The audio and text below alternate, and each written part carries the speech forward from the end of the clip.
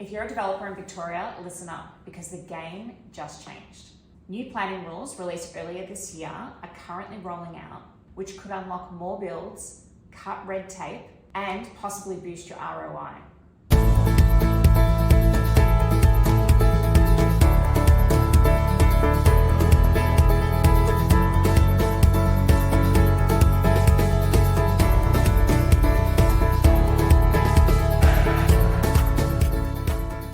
Hi, I'm Rebecca.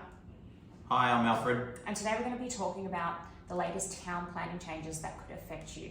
So recently, the Government of Victoria released new town planning changes, and it could make a real difference to your project feasibility.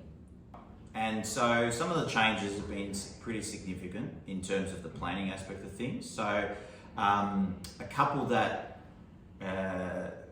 we enjoy and we're going to enjoy is the fact that in terms of objections, so objections are going to be restricted. So unless if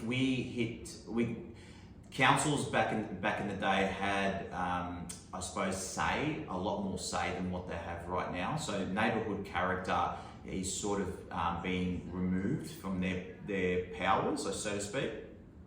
And what that means is, as designers, if we deemed to comply as per res code and all the codes that we need to, then objectors sort of don't have any potential way of going to VCAT and holding up the development. So that saves time, money for every developer. We're seeing typically town planning permits come significantly quicker, sometimes even months quicker. So that's really, really positive in that respect. Another thing that we enjoy, it's a benefit from our perspective, is the setbacks. So setbacks have been relaxed a little bit, which allows us to sort of jig and make the development sometimes even bigger than what was possible.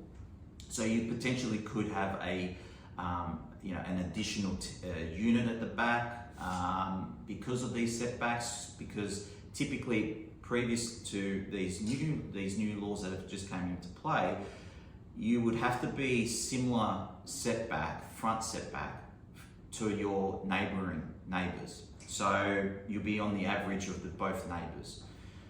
And if you have a property that was, really set back from the front because your two neighbour properties were, you couldn't bring that forward. So in instances, there's many occasions now where previous setbacks were about 9 metres from the front setback. Now we're bringing it forward another 3 metres, which allows that potential to try and squeeze another house at the back, or make that 2-bedroom that we could only fit at the back now into a 3-bedroom. So that's the benefits that we're getting from that. Great, so we've got more buildable land, so obviously possible larger return on investment. Yep. And also we've got that certainty too, don't we? Because it used to be like, try and push the boundaries, see what you could get, but now it's like there's a blanket rule, 6 metre setback, we know exactly where we can start designing from. Yeah, and we still got to, look, there's things that we still got to adhere to. The garden space, 30 to 35%, depends on the size of the block. We've still got to hit the permeability in certain cases. So those still remain in place, but like you said, we can maximise now the building envelope, so to speak. One of my favourite changes is now council are allowing up to 3 stories depending on the zone. Did you want to talk a little bit about that? Yeah, I mean the benefits of the 3 stories is that's sort of going to be, in the next generation or two, if they keep these laws in place, you're just going to see more and more triple-story, houses or townhouses, so to speak. Obviously, there's benefits in that regards. There's obviously extra costs from a construction perspective, but if you're in a position where you had the ability to do, say, 2 bedrooms only, now going to 3rd level, you can try and manoeuvre and get the right design and get 3 bedrooms, right? I'm also thinking not just from adding bedrooms, but getting more views. Like if you think of people that could possibly get city views or bay views, potentially, having that absolutely. extra level can also help Absolutely, and even park views. I mean, those definitely can add value. Yeah, definitely. You know, that's something that's sort of untested at the moment, but that's definitely a bonus. That's for sure.